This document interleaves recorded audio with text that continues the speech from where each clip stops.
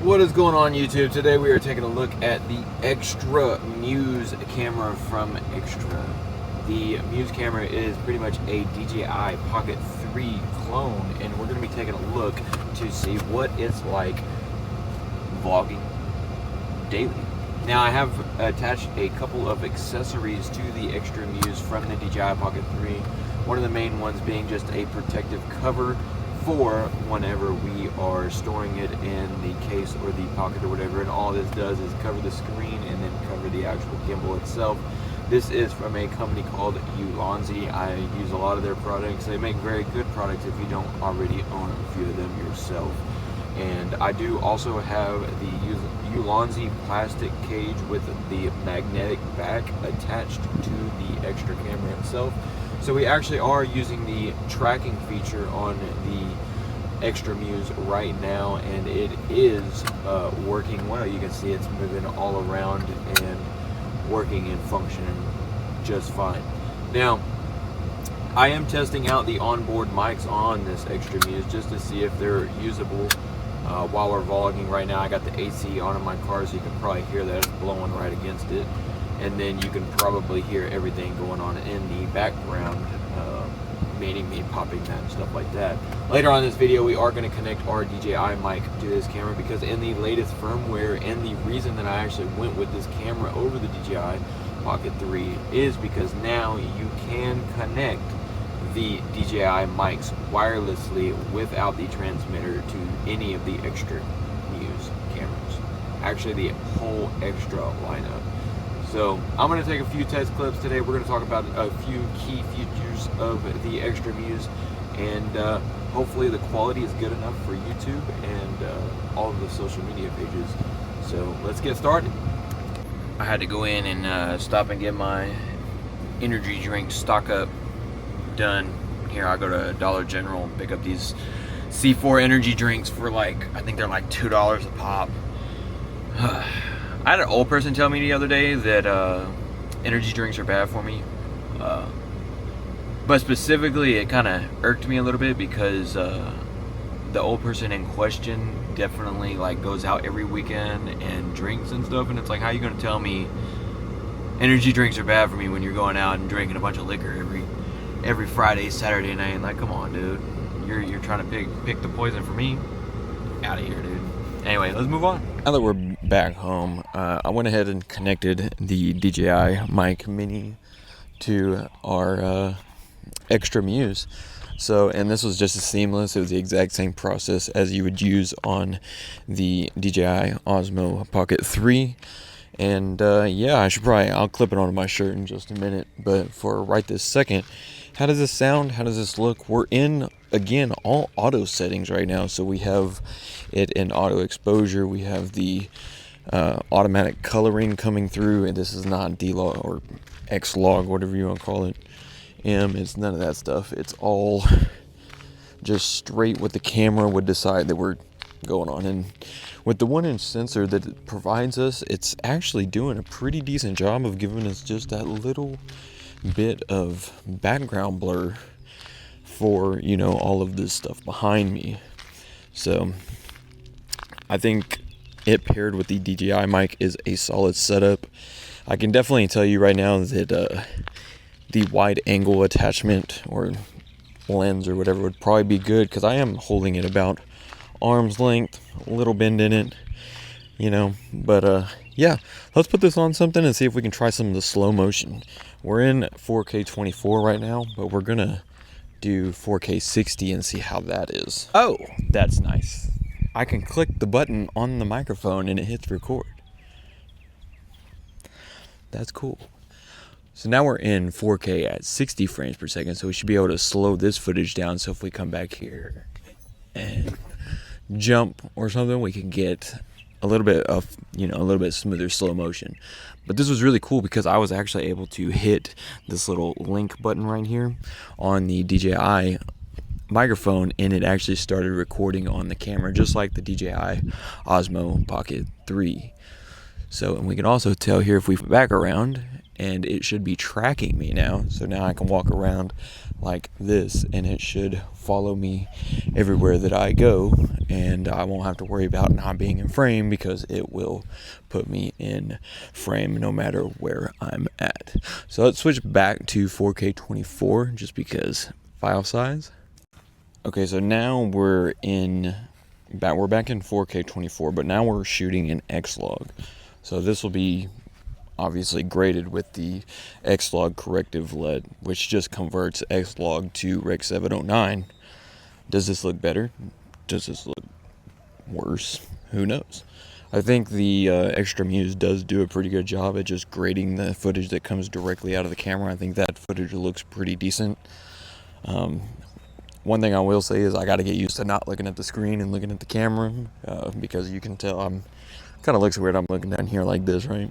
So I need to be looking into the lens itself, which is, I should know better by now. But yeah, how does this Xlog look?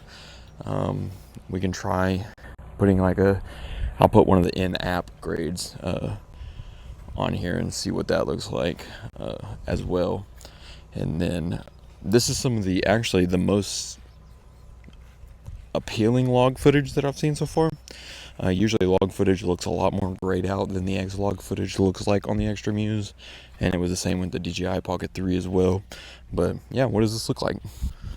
So now we're back in 4K 24, but I have the Xtra Muse on a tripod it's just a phone tripod that you would get on TikTok or whatever, but now I'm showcasing the fact that you can just walk all the way around this tripod set up in the middle of the yard or whatever, and it looks like it just lost me there. Oh, it's coming back. It didn't lose me, and the gimbal doesn't go. It went to its parameter over there, so you can't walk all the way around it, but you can walk pretty far. Let's see how far we can go on this side. We're gonna walk around this way, so we're back at the front screen, back, and it looks like it stopped us again. So I guess we're hitting the parameter mark, but still not bad though. We can walk almost all the way around this way, and then it stops right about there, and then we can go the same distance, so we can walk. This is directly in front where the screen is, and then it stops right about there. So that's interesting for sure, but I wonder if that's because of where the gimbal's sitting or if that's just where it sits normally. This is a pretty cool little thing that you can do with the Dji Osmo Pocket 3 that you can also do with the Xtra Muse, but I can actually set the tracking to keep me in a certain area. So if I walk, it's going to keep me in the third of frame because that's where I actually selected it to keep me, which it kind of looks weird whenever I walk this way, but if I'm walking this way, it looks like I'm following into the next scene or whatever, and it looks really good giving that thirds. Or if I want to display some information over here or something, like let's change it real quick again. We have it tracking us, but we have it keeping us in that top little square right there, and so as I walk this way, it's going to keep me there. Even as I walk back, it's going to keep me in that sort of framing or whatever. That way, let's say I'm talking about something and I want to display some information over here, I can definitely do that. Like if I wanted to put, I don't know, the box right here or something, I can definitely look at it that way. So far, there's nothing that I've found that this camera can't do that the Dji Pocket 3 does, so I'm pretty happy with that. But it looks like the image quality is absolutely fantastic. So now we're going to see how close I can actually get to the camera before I look out of focus. So if you look, I'm pretty close. I'm within 6 inches, and it looks like it's still focusing on me. It's trying to track my face. Let's see. Closer. I'm still in focus, and I'm like 2 inches away from it. So I guess it doesn't really have a maximum close focus distance. All right, let's see what's next. Now, the last thing that I'm going to talk about is the reason why would you go with the Xtra Muse over the Dji Pocket 3.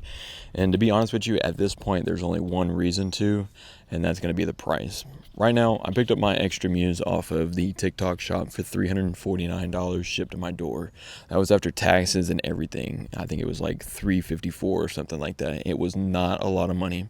And before whenever Xtra first came out, there was a big thing because we were not able to connect these DJI mics to any of the Xtra cameras, and that was the main reason where it was just not really worth it. I mean, you can still plug in mics to the Xtra Muse, but it's not, the DJI cameras and the action cameras, these smaller cameras or whatever, you do not want to have to be able to hold these guys and still have to hold it with those big receivers. Anybody that owns any of the DJI mics or most mics in general know that the receivers that plug into your camera are pretty decent size, and we don't want to deal with all that. So, but now, with the last update, Xtra Muse and all of the Xtra lines of cameras actually are letting you connect these microphones directly to them wirelessly, just like you would do with the DJI cameras. And I think ever since they did that, there really is not a reason to get the Osmo Pocket 3 over the Xtra cameras anymore. All of the menus are the same, the quality is the same, the corrective LUT for D-Log M on the DJI Osmo Pocket 3, you can use that on the X-Log footage from the Xtra Muse, and it works just like it would with the DJI.